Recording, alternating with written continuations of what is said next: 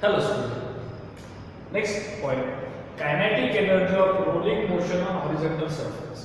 याच्या आधी आपण kinetic energy of rotational motion पाहिलं. आता आपण पाहणार आहोत kinetic energy of rolling motion. आता rotational motion आणि rolling motion मधला डिफरन्स आपल्याला कळलं पाहिजे. rotational motion मध्ये तो ऑब्जेक्ट फक्त स्वतःभोवती आणि तिथेच फिरतो. त्याला आपण काय म्हणणार rotational motion. जो object rotated on on axis is called as rotational motion. मग रोलिंग मोशन मध्ये असा काय डिफरन्स आहे? तर रोलिंग मोशन मध्ये आपला जो ऑब्जेक्ट आपण घेतो, कन्सिडर करू इथे सर्क्युलर शेप असलेली बॉडी. ती सर्क्युलर शेप असलेल्या बॉडीवर जर मी इथे फोर्स अप्लाय केला आणि इथून फोर्स अप्लाय केला तर ती बॉडी काय होणार आहे? या ए पॉइंट पासून इथपर्यंत असलेल्या बी पॉइंट कडे जाणार आहे आणि ह्या बी पॉइंट पर्यंत जाताना ती आपली पोझिशन बदलते ए पासून बी कडे विथ स्ट्रेट लाईन. मग जर तो स्ट्रेट लाईन मध्ये जात असेल आणि पोझिशन बदलत असेल तर त्याला आपण ट्रान्सलेशनल मोशन म्हणणार आहे. बरोबर आहे.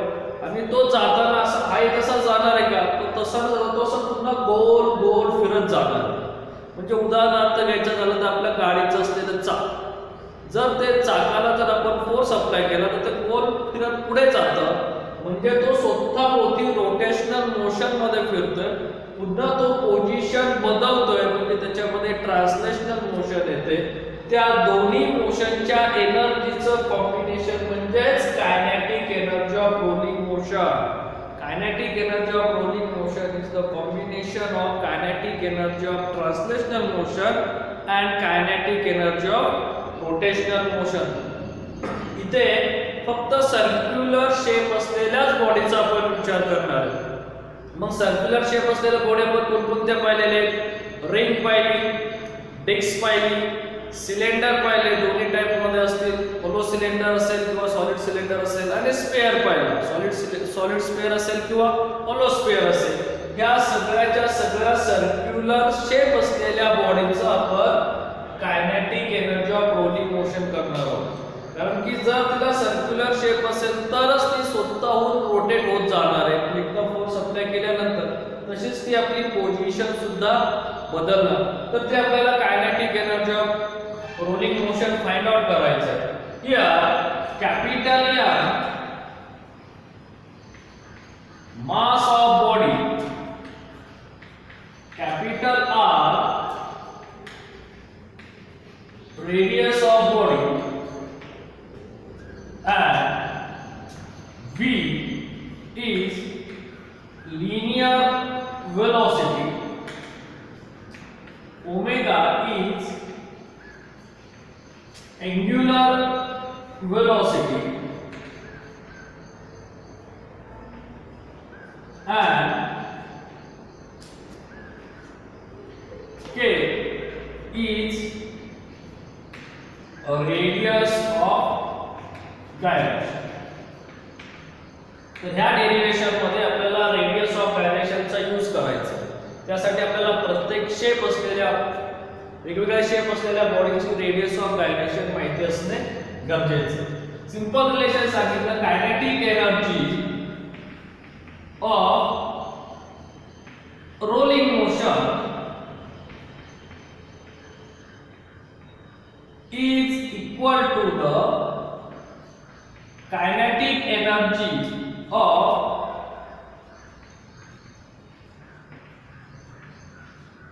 translational motion plus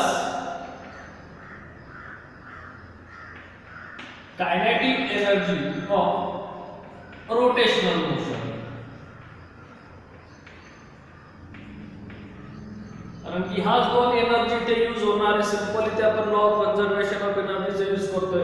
मग ह्या रोलिंग मोशनच्या एनर्जी मध्ये ह्या दोघांच्या एनर्जी अप्लाय होतात. एक ट्रान्सलेशनल मोशन आणि दुसरी रोटेशनल मोशन. मग kinetic energy of translational motion काय आहे? किंवा त्यालाच आपण लिनियर मोशन सुद्धा म्हणतो.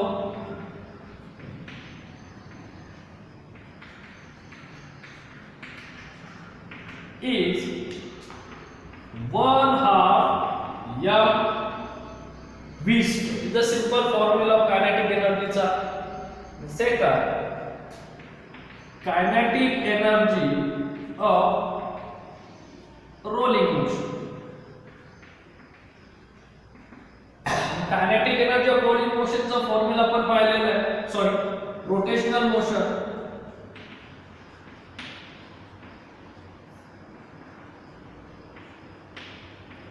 तो फॉर्म्युला काय आहे? 1/2 I ओमेगा स्क्वेअर. आता इथे I moment of inertia is related to the radius of gyration and angular velocity is the relation with linear velocity and radius. हे जे आपण आधीच्या लेक्चर्स मध्ये पाहिले आहे. मग therefore I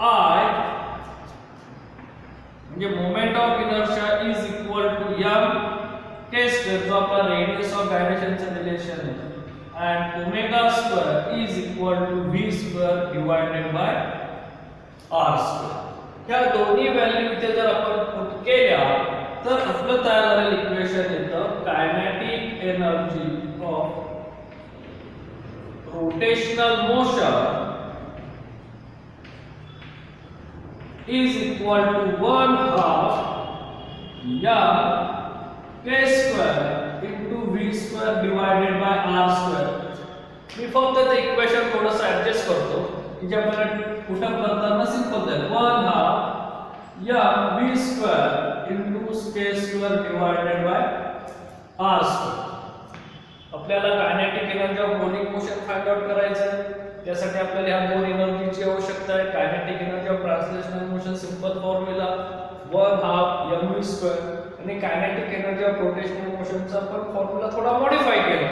तो काय आला? 1/2 mv square into k square divided by r square. ह्या दोन्ही एनर्जी जर इथे पुट केल्या तर kinetic energy of rolling motion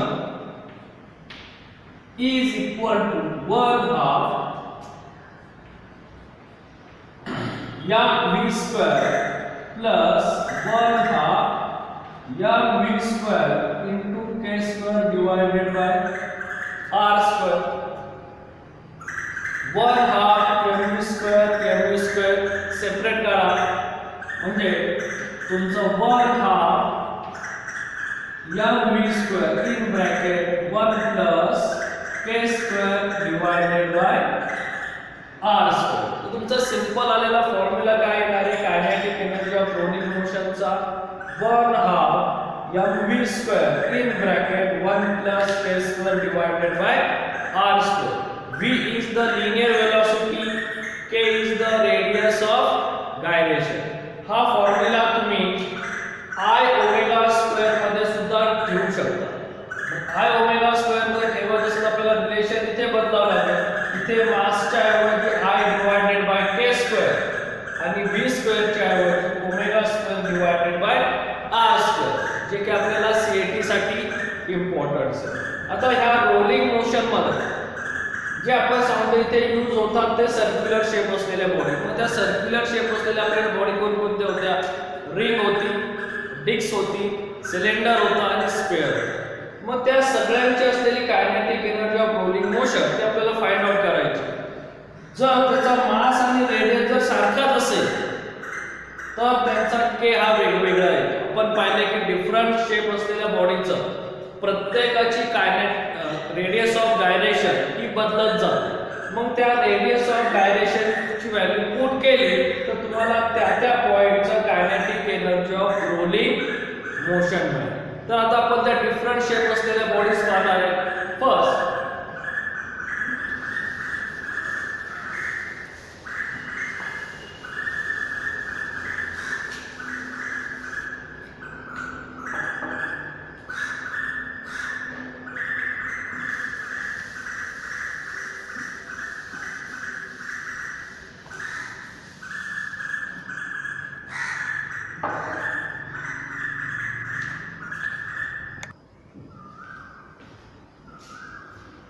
okay student, learn केला formula 1/2 mv square 1 plus k square divided by r square.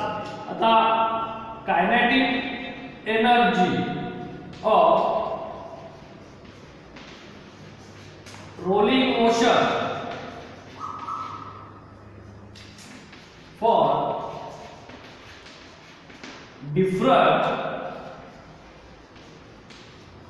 shape of body. So first give आपण a ring. ह्या फॉर्म्युल्यामध्ये आपल्याला k ची व्हॅल्यू पुट करायची. मग रिंगची असलेली रेडियस ऑफ गायरेशन आणि रेडियसचं रिलेशन काय k is equal to r. ही जर व्हॅल्यू इथे आपण पुट केली ह्या इक्वेशन मध्ये तर माझं इक्वेशन तयार होतं 1/2 m v square 1 plus r square divided by r square is equal to m v square. Equation solve केलं तर r square get cancel 1 plus 1 2 again 2 by 2 cancel this remaining value m v square. आता हा जो ring shape आहे म्हणजे इथे ही जी आपण ring shape मधली जर सर्क्युलर बॉडी घेतली ती जर अशी रोटेट केली तर तिची असलेली एनर्जी काय ते m v square. आता ह्या रिंग शेपच्या बॉडी सारखीच अजून एक शेपची बॉडी येते ती म्हणजे असलेला हॉलो सिलेंडर. म्हणजे जर आपण हॉलो सिलेंडर पाहिला हा असा आणि त्याला जर रोटेट केलं तर त्याचा हा समोरचा भाग म्हणजे हा रोटेशनल ॲक्सिसचा भाग त्या ॲक्सिसची असलेली मोमेंट ऑफ इनर्शिया आणि रेडियस ऑफ गायरेशन हे कुणासारखी असते तर रिंग सारखी असते. म्हणजे हॉलो सिलेंडरचा आपण जो ट्रान्सफर ॲक्सिस जो सेंटर मधून गेले आणि लेंथला पॅरलल आहे त्याची असलेली मोमेंट ऑफ इनर्शियाचा फॉर्म्युला आणि रिंगच्या मोमेंट ऑफ इनर्शियाचा फॉर्म्युला हा सारखा आहे. मग त्या दोघांची रेडियस ऑफ गायरेशन कशी असणार आहे रिलेशन सारखं असणार आहे. म्हणजे रिंगची जी वेलोसिटी येते तीच वेलोसिटी अजून कुणाला येणार आहे हॉलो सिलेंडर. हे लक्षात ठेवा. सेकंड आहे आपल्याकडे डिस्क. आता डिस्कची असलेली रेडियस ऑफ गायरेशन आणि रेडियसचं रिलेशन काय k is equal to r divided by √2. Putting this value for this equation 1/2 m v square 1 plus r square divided by 2r square त्याचा स्क्वेअर केला तर गेट कॅन्सल 2 plus 1 3 म्हणजे तुमचा relation हे simplify केल्यानंतर येतो 3/4 m v square. म्हणजे डिस्कची असलेली डिस्कची असलेली kinetic energy of rolling motion ती काय येते 3/4 m v square. The simple relation. आता डिस्क ही आपण एक कन्सिडर करू डिस्क आहे. ती डिस्क ह्या पोझिशनला काय होते रोटेट होतं तर त्यावेळेस त्याची असलेली कायनेटिक एनर्जी ही बाय रोलिंग मोशन आणि डिस्क सारखाच दुसरा शेप येतो तो म्हणजे हा असलेला सॉलिड सिलेंडर.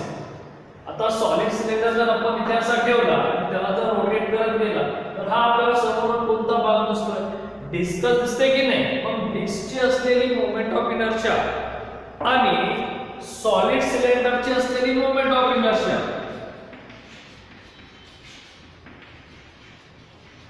ही दोन्ही कशी आहे सारखी आहे. जर मोमेंट ऑफ इनर्शिया सारखी असेल तर त्यांची रेडियस ऑफ गायरेशनचं रिलेशन सुद्धा काय येणार आहे सारखं येणार आहे. म्हणजे त्याची असलेली kinetic energy of rolling motion हे सुद्धा काय आलंय सारखं आलेलं 3/4 m v square. आणि शेवट आपल्याकडे बॉडी आहे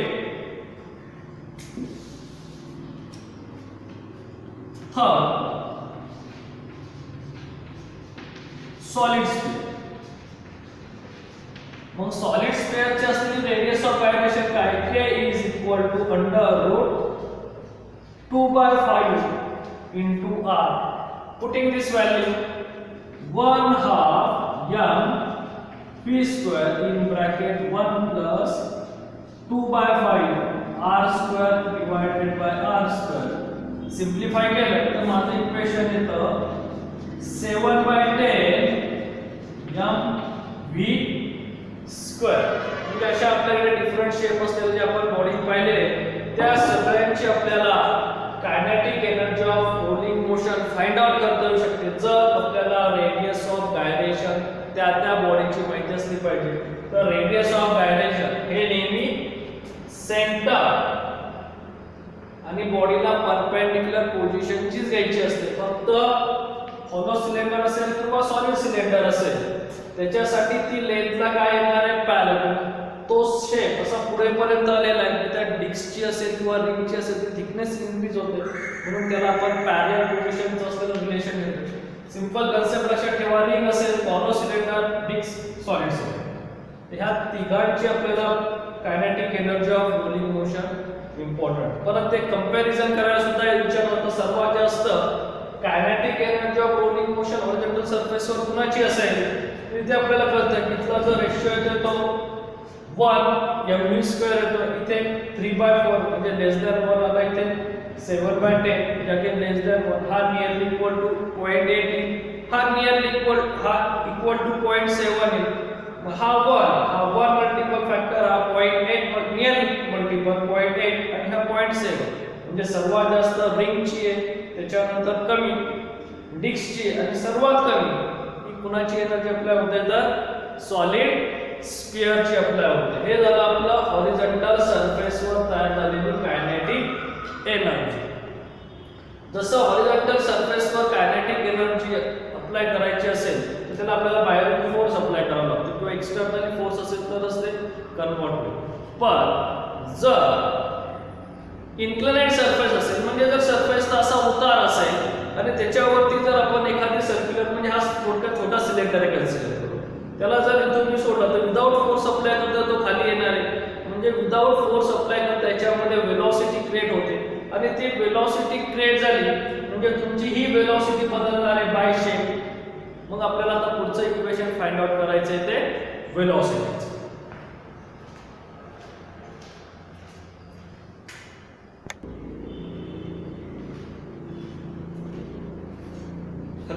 Next point, linear velocity and acceleration of body rolling down on inclined surface. आता हा एक आपला inclined surface आहे की ज्याचा हॉरिझॉन्टलशी केलेला अँगल थीटा आहे किंवा हॉरिझॉन्टल सरफेसची असलेली हाईट th. इथून आपण जर एखादा ऑब्जेक्ट जर सोडून दिला तर तो कुठे येणार आहे, इथे येणार आहे. तर तो इथून सोडून दिल्यानंतर इथे येताना तो एक रोटेशनल रोलिंग मोशन मध्ये यायचा. मग तो रोलिंग मोशन मध्ये येत जातात, इथे kinetic energy of rolling motion तयार होईल. मग ही जी तयार होणारी कायनेटिक एनर्जी मगाच्या हॉरिझॉन्टल सरफेसला आपण काहीतरी फोर्स अप्लाय करतो, ते विदाउट फोर्स अप्लाय करता ही kinetic energy of rolling motion तयार होते. तर आपला लॉ ऑफ कन्झर्वेशन नुसार कोणती एनर्जी तयार होण्यासाठी एक एनर्जीचं ते कन्व्हर्जन होतं, म्हणजे इथल्या कुठल्या तरी एनर्जी पासून ते कन्व्हर्जन होणार आहे. मग ते कोणत्या एनर्जीचं कन्व्हर्जन होत आहे तर ते पोटेन्शियल एनर्जी, म्हणजे इथे काय केलेली पोटेन्शियल एनर्जी स्टोअर आहे तिला आपण सोडली तर ती कशात कन्वर्ट झाली, कायनेटिक एनर्जी मध्ये. म्हणजे युजिंग द लॉ ऑफ कन्झर्वेशनच्या रूल नुसार potential energy is converted by kinetic energy of rolling motion. कारण की ती आपण फक्त त्याला रिलीज करतो, सोडून देतो, कसल्याही प्रकारची एनर्जी अप्लाय करत नाही, तरी तो स्वतःहून खाली येतोय, त्याच्यामध्ये मोशन तयार होते, त्या मोशनमुळे एक एनर्जी तयार होते. मग ती एनर्जी कुणामुळे तयार झाली तर पोटेन्शियल एनर्जी. आता पोटेन्शियल एनर्जी कशावर डिपेंड्स आहे की जे आपण 11th स्टँडर्ड मध्ये पाहिलं तर पोटेन्शियल एनर्जी ह्या हाईटवर डिपेंड्स आहे. जेवढी जास्त हाईट असेल तेवढा स्लोप जास्त तयार होणार आहे, जेवढा स्लोप जास्त तयार होणार आहे तेवढं स्पीड काय होत जाणार आहे, वाढत जाणार आहे.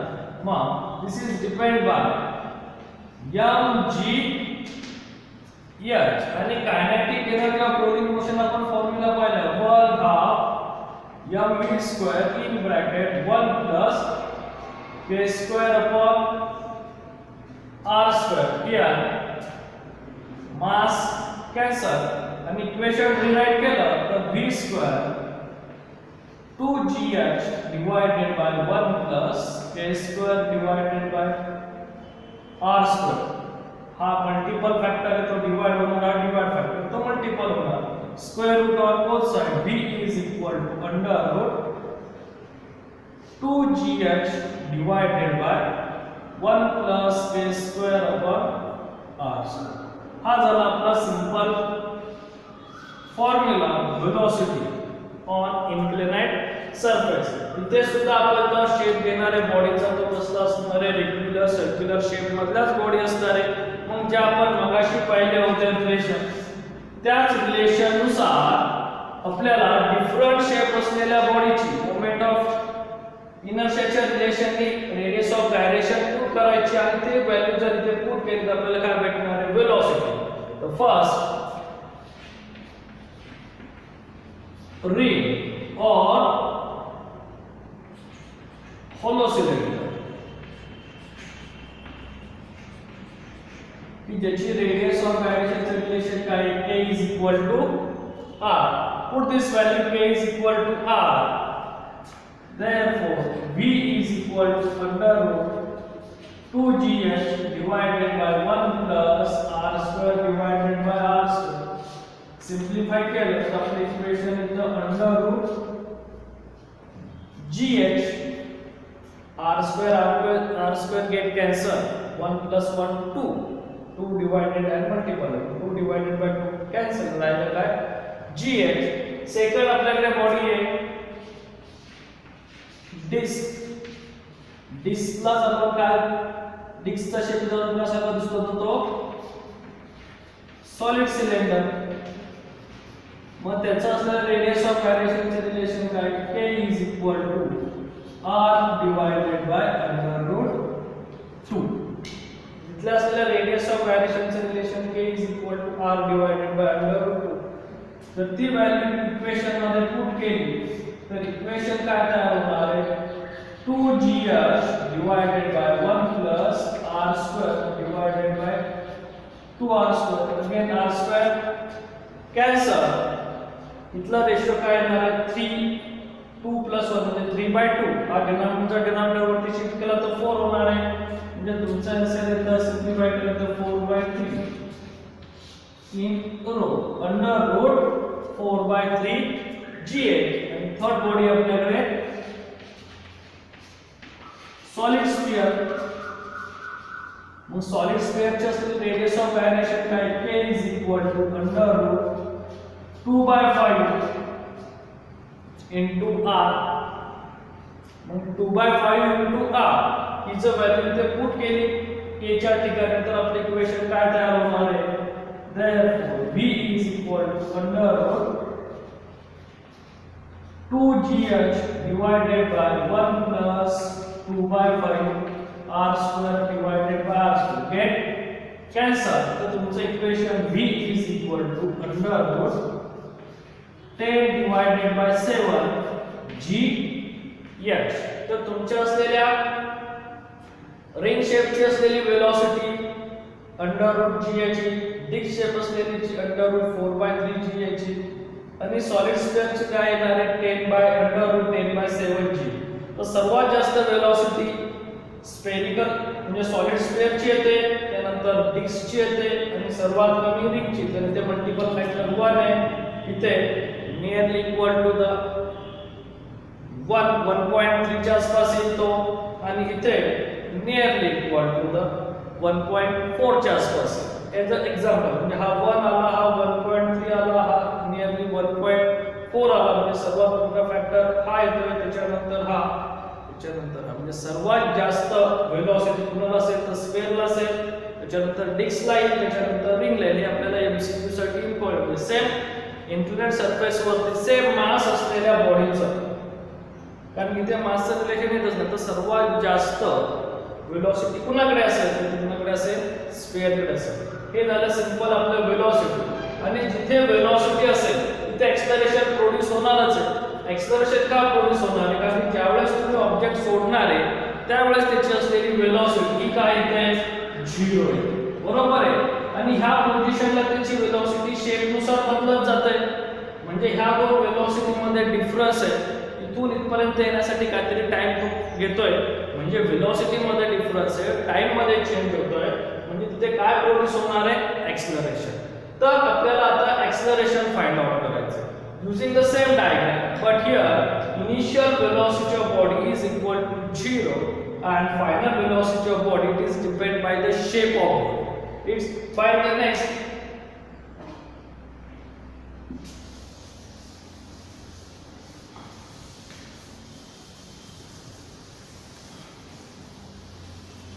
Acceleration of body rolling down an inclined surface.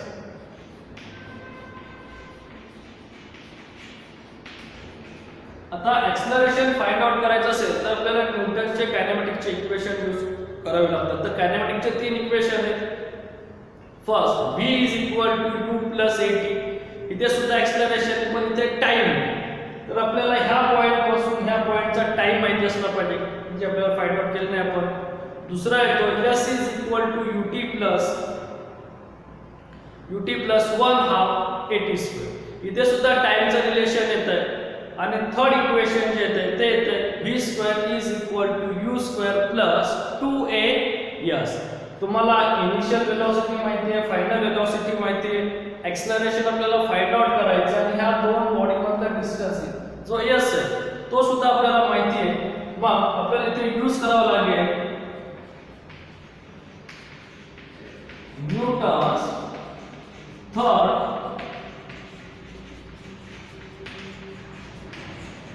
कायनेमॅटिकल equation. ते काय v² is equal to u² plus 2as. v आताच आपण इक्वेशन फाइंड आउट केलं. v is equal to 2gh divided by 1 plus k² divided by r². कोणत्याही शेपची body असेल तर standard formula हाच येणार आहे. u initial velocity 0 and s. जर तुम्हाला हाईट दिली असेल आणि अँगल दिला असेल तर s चं रिलेशन पुट अप करा. जर s डायरेक्ट दिला असेल तर हे दोन रिलेशन पुट करायची गरज नाही. तर अँगल, हाईट आणि हायपोथेनस थोडक्यात आपण म्हणू किंवा डिस्टन्स यांच्यामधलं रिलेशन हे sin थीटाशी येतं. Means therefore s is equal to h divided by sin theta. म्हणजे sin theta is equal to काय आपला h डिवाइडेड बाय s. म्हणजे s is equal to h divided by sin theta. या सगळ्या value equation मध्ये put करा. याचा square केला तर तुम्हाला 2gh divided by 1 plus k² divided by r² 0 plus 2a into h divided by sin. सिंप्लिफाय करा. आपल्याला a काढायचं एक्सलरेशन म्हणून तुम्ही LHS ला घेतो. हा sin थीटा इकडे शिफ्ट होईल. 2 आणि h डिनॉमिनेटरला जाईल म्हणजे 2 ला 2 कॅन्सल होतील, h ला h कॅन्सल होईल. म्हणजे remaining value g sin theta divided by 1 plus k² divided by r². तर तुमचा सिंपल एक्सलरेशनचा फॉर्म्युला काय तयार होतो g sin theta divided by 1 plus k² divided by r². इथे तुमच्या मधला असलेला इन्क्लिनाइटचा अँगल दिलेला आहे. जर तो दिला नसेल s असेल तर डायरेक्ट s चं रिलेशन पुट करा. s च्या ऐवजी जर h दिला असेल तर तुम्हाला पुट अप करायची काही गरज नाही. डायरेक्ट s आणि h ने तुम्ही इक्वेशन सॉल्व्ह करू शकता. आता जसं आपण हे डिफरंट इक्वेशन आपल्या इक्वेशन निघाले तसंच आपण ते डिफरंट शेप असलेला पाहणार. जसं आपण वेलोसिटी पाहिलं सेम त्याच कन्सेप्टला आपण आता एक्सलरेशन पाहणार. The first ring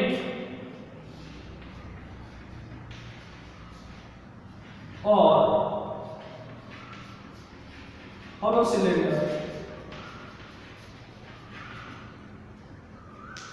k ची व्हॅल्यू येते is equal to r. जर ते सॉल्व्ह केलं तर acceleration a is equal to g sin theta divided by 2. तो तुमचा एक्सलरेशन काय तर a is equal to g sin theta divided by 2.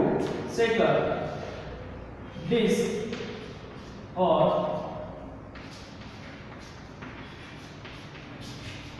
solid cylinder a is equal to, इथे relation काय तर k is equal to r divided by 2 under root 2 म्हणजे k² is equal to r² divided by 2. ते सिंप्लिफाय केलं तर 2g sin theta divided by 3. तर तुमचं equation काय येणार आहे इथे 1/2. सिंप्लिफाय केलं तर 3/2. त्याचा 2 वर गेला म्हणजे 2g sin theta divided by 3. and third solid sphere. Solid sphere चा radius of gyration k is equal to under root 2 by 5 into r. म्हणजे तुमचं इक्वेशन सिंप्लिफाय केलं तर इथे 5/7 g sin थीटा, म्हणजे इथे तयार होणार acceleration 5/7 g sin theta 2/5 5 plus 2 7 होईल. हा खालचा 5 वर जाईल म्हणजे 5/7 g sin थीटा. तुमचे तयार झालेले acceleration at different shape of body, it is depend by acceleration g means acceleration due to gravity and inclined surface. मग तुम्हाला दिलेला inclined surface चा अँगल दिलाय का हाईट दिली, जर अँगल दिला नसेल तर तुम्हाला sin theta is equal to h divided by s. ह्या सिंपल रिलेशन सुद्धा एक्झाम्पल सॉल्व करतात. त्यासाठी आपल्याला डायरेक्ट फॉर्म्युला लक्षात असावे. जर फॉर्म्युला लक्षात नसेल तर स्टँडर्ड फॉर्म्युला लक्षात ठेवा आणि त्याची रेडियस ऑफ गायरेशन त्या शेपनुसार बॉडीची रेडियस ऑफ गायरेशन आपल्याला माहिती असायला हवी. तर इथे आज आपण kinetic energy of rolling motion पाहिलं. त्याच्यानंतर velocity at inclined surface for different shape of body and explanation on inclined surface or different shape of body असे आपण 3 पॉइंट पाहिले. एमसीक्यू साठी हे फॉर्म्युले इम्पॉर्टंट आहे, त्यांचे रिलेशन येतात. अजून एक एक्झाम्पल म्हणून विचारलं जातं ते म्हणजे कायनेटिक एनर्जीचं कंपॅरिझन. म्हणजे comparison of kinetic energy of translational motion, rotational motion and rolling motion. Rolling motion is the combination of translational and rotational motion. तर तुम्हाला क्वेश्चन विचारला जातो relation between ratio of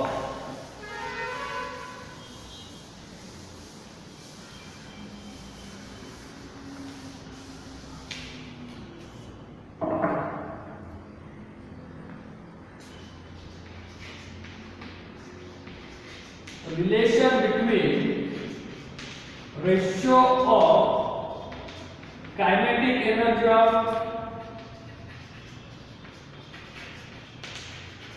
translational motion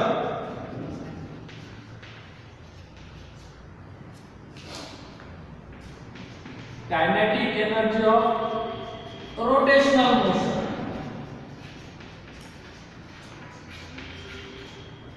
and kinetic energy of rolling motion. अशा तिघांचं आपल्याला kinetic energy किंवा याला total energy सुद्धा म्हणतात. तर kinetic energy of translational motion काय आहे?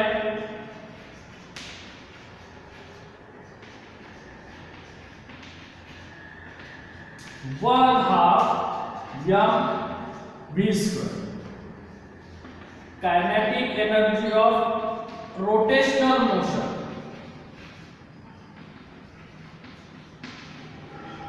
तो येतो 1/2 I ओमेगा स्क्वेअर. आणि ह्याचं सिम्प्लिफाय मगाशी आपण केलं होतं ते आलं होतं 1/2 v square into k square divided by r square. And third, kinetic energy of rolling motion त्याचा येतं 1/2 v square 1 plus k square divided by r square. म्हणजे तुमचं असलेलं kinetic energy of translational motion, rotational motion आणि rolling motion या तिघांचे आपल्याला फॉर्म्युले मिळाले. तर त्या फॉर्म्युल्यावर आपल्याला कंपॅरिझन करता येतं. तर ते कंपॅरिझन केलं तर 1/2 v square तिघांकडे कॉमन आहे म्हणजे तो कॅन्सल होईल. Compare to this means kinetic energy of translational motion इथे मी शॉर्टकट मध्ये देतो t. Kinetic energy of rotational motion याला टोटल एनर्जी सुद्धा म्हणतात. Kinetic energy of rolling motion तर त्यांचा असलेला रेशो तर तो रेशो काय येणार आहे 1 इथे राहतोय k square by r square. इथे राहतोय ब्रॅकेट मध्ये 1 plus k square divided by r square. म्हणजे हा सिंपल रेशो आपला तयार होतोय तिन्ही एनर्जीचा 1 k square by r square 1 plus k square by r square. तुम्ही ह्या रेशो वरून आता आपल्याला एक्झाम्पल काय विचारतील find the ratio of ring for kinetic energy of translational motion, rotational motion and rolling motion. तर तिघांमध्ये आपल्याला काय के चं आणि आर चं रिलेशन. तर रिंग और हॉलो सिलेंडर.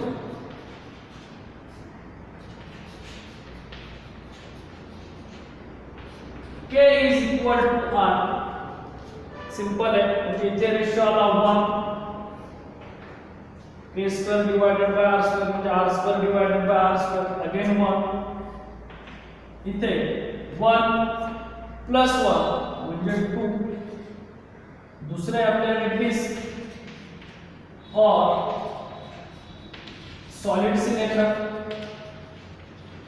त्याचा K is equal to R divided by under root 2. इथे पुट केलं तर इथं आला 1. K स्क्वेअर म्हणजे R स्क्वेअर डिवाइडेड बाय 2 म्हणजे इथे आलं 1/2. इथे येणार 1 plus 1/2 means 3/2. बरोबर आहे ना. इथे 1 येते, इथे 1/2 येते, इथे 3/2. ह्याला तुम्ही सिम्प्लिफाय करून असं सुद्धा लिहू शकता. 2 2 6. इथे डिनॉमिनेटरला 2 ने मल्टिप्लाय केलं, सॉरी 2 1 3 म्हणजे इथे 2 ने मल्टिप्लाय होणार, इथे 1 इथे 3 म्हणजे तुमचा हा काय रेशो आला 2 1 3. लास्ट आहे स्फियर. स्फियरचा के येतो अंडर 2/5 इंटू आर. इथे 1 इथे 2/5. के स्क्वेअरची व्हॅल्यू जर आपण पुट केली तर ती काय येणार आहे अंडर रूट के स्क्वेअर 2/5 आर स्क्वेअर काय असेल 2/5 इथे 7/5. तुमचा रेशो काय आला 1 2/5 7/5 और 5 to 7. हा सिंपल आपला रेशो येतो. सॉलिड स्क्वेअर असेल किंवा डिस्क असेल किंवा रिंग असेल. फॉर्म्युला आपला काय येतो 1/k² by r² by 1 plus k² by r² plus म्हणजे ह्या दोघांची ऍडिशन ही तिसरी. इथे 1 plus 1 2 1 plus 1 half 3/2 किंवा 2 plus 1 3. इथे 1 plus 2/5 म्हणजे 7/5 किंवा 5 plus 2 is 7. म्हणजे ह्या दोघांच्या रेशिओ एवढा तो पुढचा त्याची काय येते addition. Is a simple relation between kinetic energy of translational motion, rotational motion आणि रोलिंग मोशन. असं आपलं संपूर्ण चॅप्टर आहे. ह्याच्यामध्ये इम्पॉर्टंट येतो तो म्हणजे रेडियस ऑफ गायरेशनच्या व्हॅल्यू, जी आता आपण 4 इक्वेशन पाहिले. Kinetic energy of rolling motion, velocity, acceleration आणि कंपॅरिझन ऑफ एनर्जी. या सगळ्यांमध्ये तुम्हाला त्या शेपच्या बॉडीचं रेडियस ऑफ गायरेशनचं रिलेशन माहिती असणे गरजेचं. ओके.